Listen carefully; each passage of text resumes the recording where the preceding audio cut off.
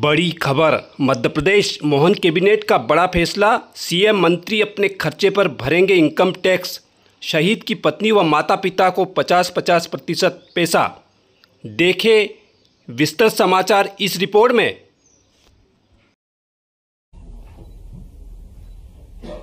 और संविधान की दुहाई देने वाले लोगों ने आज से 50 वर्ष पहले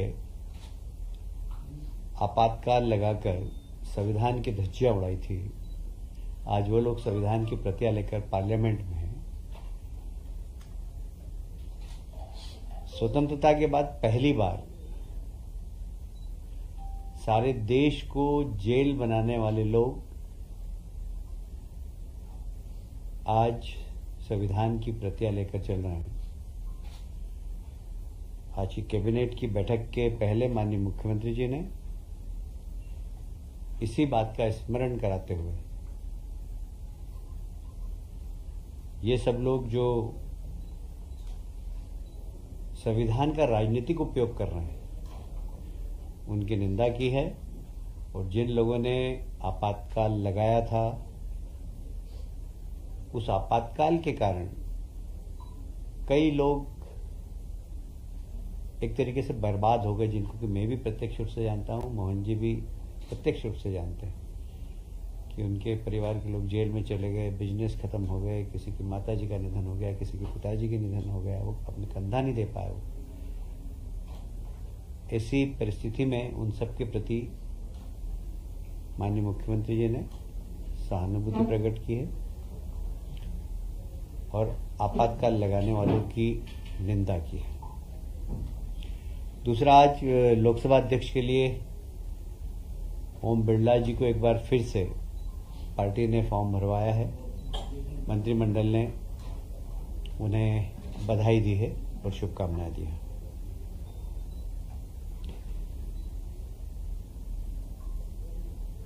जेल सुधार गृह है वो, उसमें और कैसे सुविधाएं बढ़ाई जाए और वहां रहने वाले बंदियों को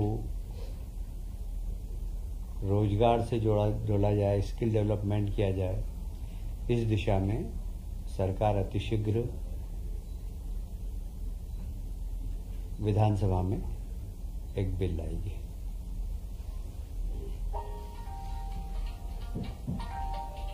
एक बहुत ही महत्वपूर्ण निर्णय हुआ है जिसमें हमारे एग्रीकल्चर से पास आउट नौजवानों को रोजगार भी मिलेगा।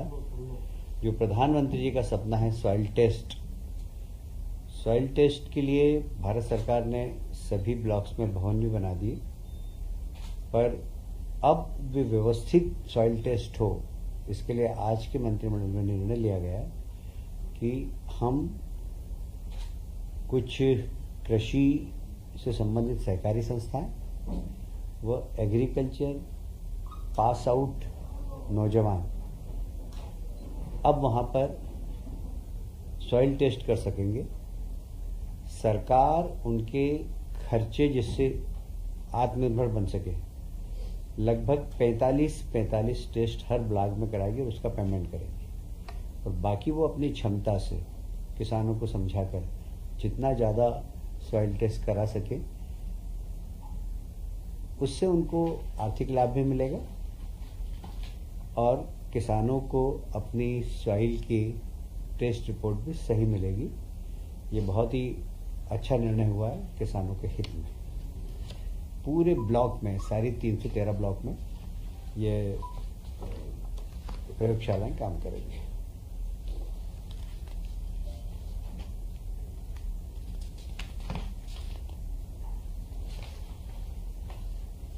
अभी तक वृक्षारोपण के लिए सीएसआर के माध्यम से 10 हेक्टेयर जमीन पर ही सीएसआर के माध्यम से पेड़ लगाए जा सकते थे, जिससे कई छोटे दानदाता उसे चूक जाते थे। अब 10 हेक्टेयर की जो सीमा थी उसको समाप्त कर दिया और कोई अगर 1 हेक्टेयर 2 हेक्टेयर में भी प्लांटेशन करना चाहे अपने सीएसआर के माध्यम से तो कर सकेगा। आज मंत्रिमंडल ने निर्णय लिया है।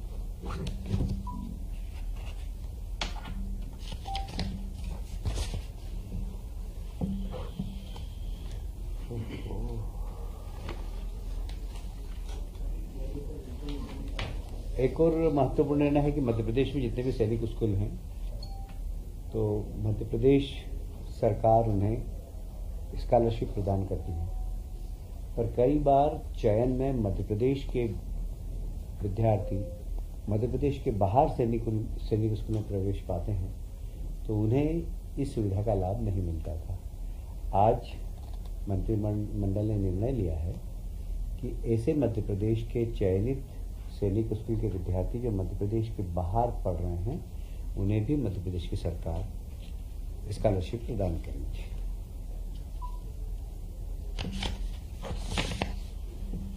एक भारतीय खेल प्राधिकरण भोपाल की 100 एकड़ जमीन पहले से ही थी, उनको 1 एकड़ जमीन की और आवश्यकता थी, वो भी आज वापस नाम मात्र शुल्क 1 रुपये विभाजक पर देने का निर्णय हुआ है। 1 एकड़ 100 एकड़ तो पहले से दे चुके हैं। अभी तक रेल की जितनी परियोजनाएं मध्य प्रदेश में बनती थी, उसकी मॉनिटरिंग का काम, उनके साथ सहभागिता का काम परिवहन विभाग देखता था। आज एक महत्वपूर्ण निर्णय लिया है, ये जवाबदारी अब लोक निर्माण विभाग की होगी। रेल परियोजनाएं जितनी भी मध्य प्रदेश में आएगी, उनके समन्वय का काम अब लोक निर्माण विभाग करेगा।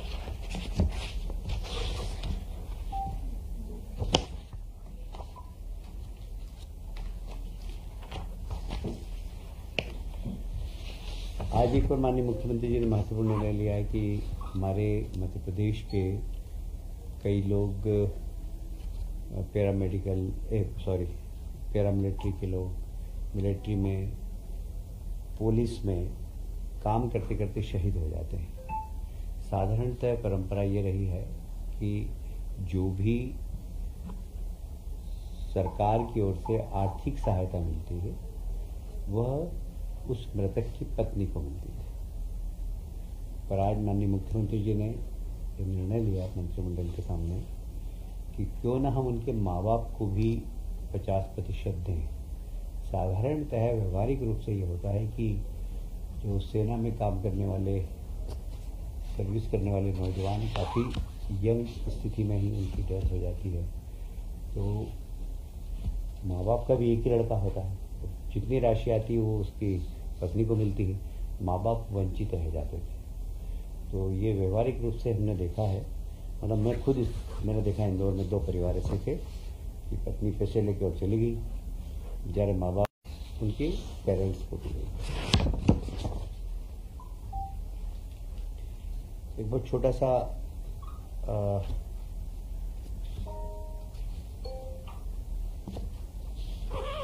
भारतीय चुनाव आयोग ने जब चुनाव के पहले चुनाव प्रचार समाप्त हो जाता 48 घंटे तक, तो साधारणतः राजनीतिक दलों को विज्ञापन देने की, प्रिंट मीडिया में विज्ञापन देने की छूट थी। पर राज्य निर्वाचन आयोग ने इस पर प्रतिबंध लगा रखा था कि नगर पालिका, नगर निगम, लोकल बॉडीज के चुनाव हो, तो जैसे ही चुनाव प्रचार थम जाता था तो प्रिंट मीडिया को विज्ञापन नहीं मिलते थे। हमने भी भारत शासन के निर्वाचन आयोग के नियम के अनुसार इसमें संशोधन किया है। अब राज्य निर्वाचन आयोग भी प्रिंट मीडिया को लोकल बॉडीज के चुनाव में विज्ञापन देने की छूट प्रदान करेगा।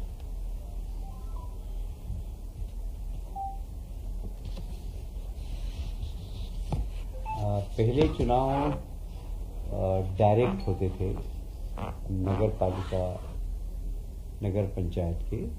पिछली बार निर्णय लिया गया था कि पार्षद के चुनाव तो डायरेक्ट हो, किंतु नगर पालिका और नगर पंचायत के अध्यक्ष के इनडायरेक्ट हो। इसलिए गजट नोटिफिकेशन पहले अध्यक्ष का भी होता था, क्योंकि अध्यक्ष पहले जनता द्वारा निर्वाचित होता था। अब चूंकि अध्यक्ष पार्षद होता है, तो पार्षद का गजट नोटिफिकेशन हो जाता है, इसलिए अध्यक्ष की करने की आवश्यकता नहीं। तो किसी एक केस में पिटीशन लगाया गया था, तो हाई कोर्ट ने कहा कि भाई इसमें स्पष्ट कर, सरकार ने आज स्पष्ट कर दिया है कि सिर्फ पार्षद का ही नोटिफिकेशन होगा, क्योंकि पार्षद के रूप में अध्यक्ष का गजट नोटिफिकेशन हो जाता है, इसलिए अध्यक्ष का गजट नोटिफिकेशन नहीं होगा।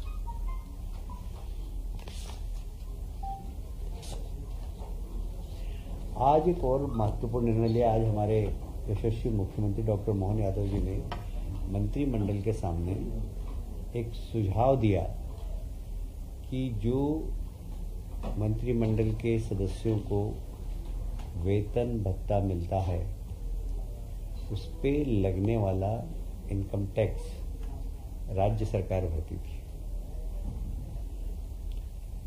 माननीय मुख्यमंत्री जी ने प्रस्ताव रखा सभी मंत्रियों के समक्ष कि यह अधिनियम के माध्यम से